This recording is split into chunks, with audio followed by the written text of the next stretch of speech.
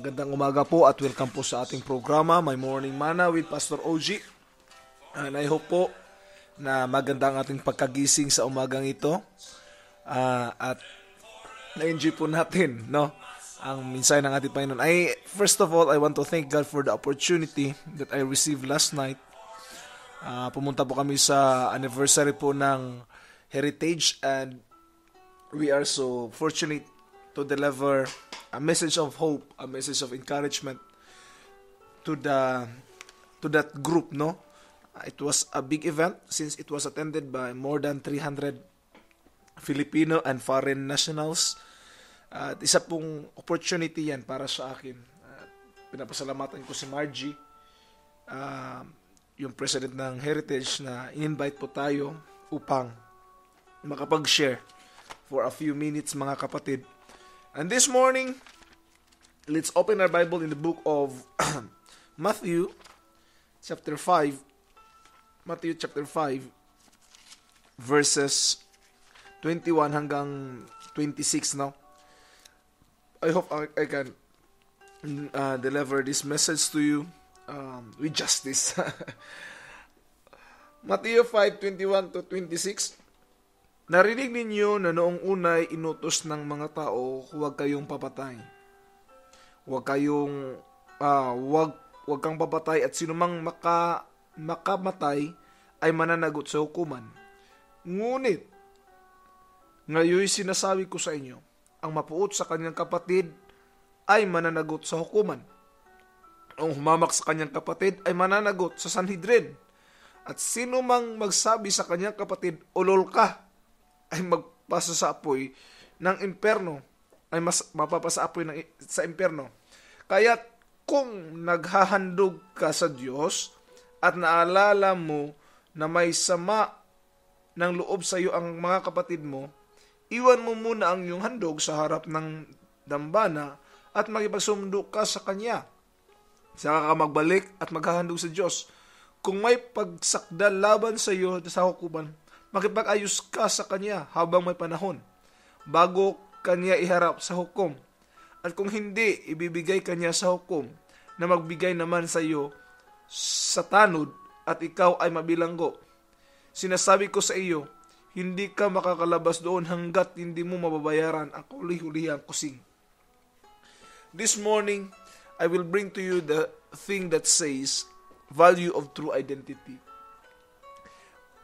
Ang tunay po nating identity ay napakahalaga po, no? Kung sino tayo. Pag sinabihan kang ulol, hindi ka ulol, kapatid. Maaring yung nagawa mo ay pwedeng sabihin ulol. But the moment that it was told to us, nasaktan po tayo. And it will cause a broken heart. It will cause an insult. But first and foremost, hindi ikaw ang unang na-insult, but the Creator.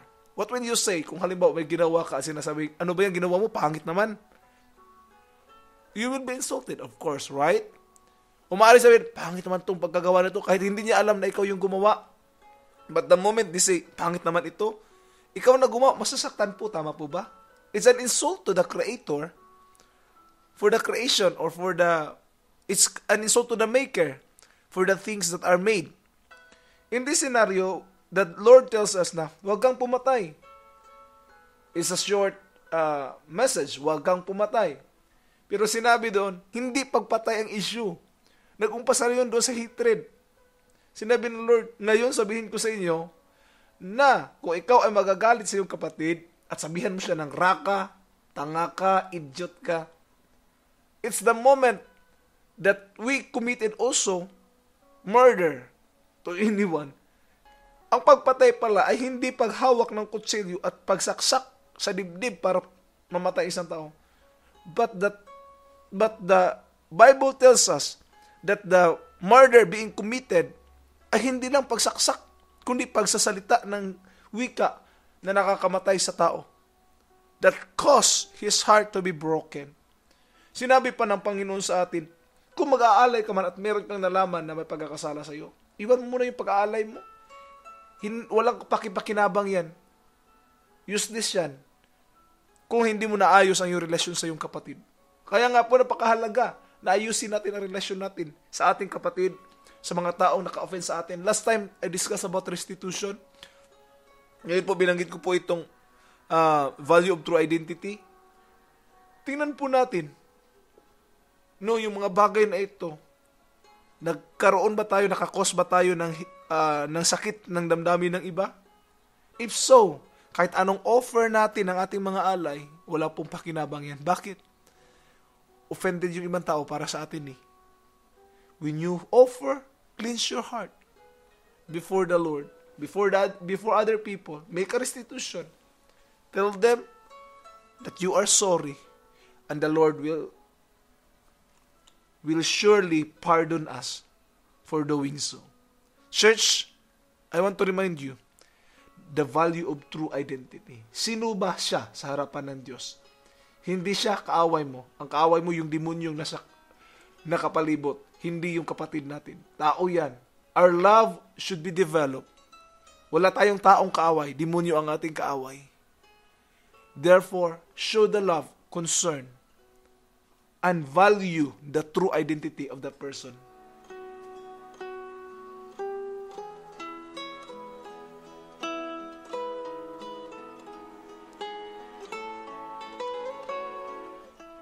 Muli pong nagbabalik ang inyong lingkod upang pag-aralan po ang ilang bagay sa Biblia through my biblical truth, no? Ito po yung sinabi ko. The value of our true identity is very important. You are called children of God, not fool or idiot. That's not who you are. Kung may magtatawag sa iyo ng idiot, fool, I will tell you, it's not who you are. Hindi yan ang tunay mong identity. Hindi yan ang tunay mong pagkatao. Ang tawag sa mga taong yan ay identity. It's that act is identity thief. Ninakaw nila yung tunay mong identity. Hindi yan ikaw. Ang identity mo is you are a winner. You are the child of the living God. You are precious. You are the holy nation. You are peculiar people. That's your true identity. But the people are stealing our true identity. At tinawag tayong idiot, fool, sharmuta. Ano pa ba ang tawag na ito pong naririnig? You are not a drunkard. You are not a prostitute. You are not a debtor. It is what happened to you, but it is not who you are. It's not your true identity. Maraming sabihin, ano ba yan, lasinggo? Hindi ka lasinggo, yun yung nangyari sa iyo. But when you are cleansed by the blood of the Lamb, you are no longer called lasinggo. You are called the child of God. Therefore, do not also call someone in this name. Never insult the creature, because it seems you are insulting the Creator. The moment, mga kapatid, that we say, mafimuk, baliktad ang utak, we are insulting the Father for doing so. Bakit? They are also the children of God. Mari sabihin natin, totoo naman, pastor eh. Oo, kahit na totoo. But their true identity is not that. Hindi yan eh. Yun yung nangyayari sa kanila. But the truth is, we are all children of one Creator. We have to respect one another.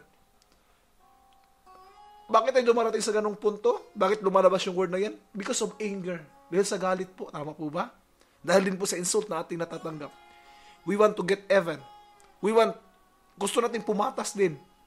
But remember that anger will lead to hatred.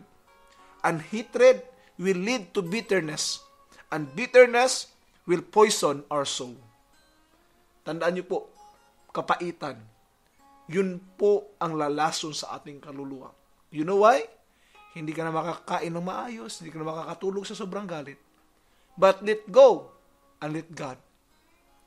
Kahapon nga, binanggit ko kay Brother Bong, sabi ko, we have to develop yung equanimity.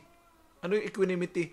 Na kahit nag-aaway yung dalawang Arabo o ano man yung rasa nila, we don't want to be involved. We don't want that our feelings be involved in the scenario. At magagalit tayo. Yung isa talaga may kasalanan, ganito, ganyan. Kasi hindi naman tayo nag-aaway eh. We have to develop equanimity. Ibig sabihin, you are less affected by what is happening surrounding you. Ibig sabihin, pantay lang, patas lang yung nararamdaman mo. And that's a good value, a virtue that we have to develop. Church of the Living God, you have to understand the value of your true identity. Huwag mong tanggapin kung may mga tao mang magsabi sa iyo ng mga identity na hindi ikaw. Sabihin sa iyo, failure ka. Hindi, sabihin mo, failure is just a temporary decision. Failure is just temporary, but success is on the way. You are a successful person, not a failure. You are a victor, not a victim. You are a conqueror, not a loser. You are a winner. And I want to challenge you before I end. You have to claim your true identity. How? Read the Word of God and claim every promises that He has said and said, this is who I am. I am the child of God. God bless po.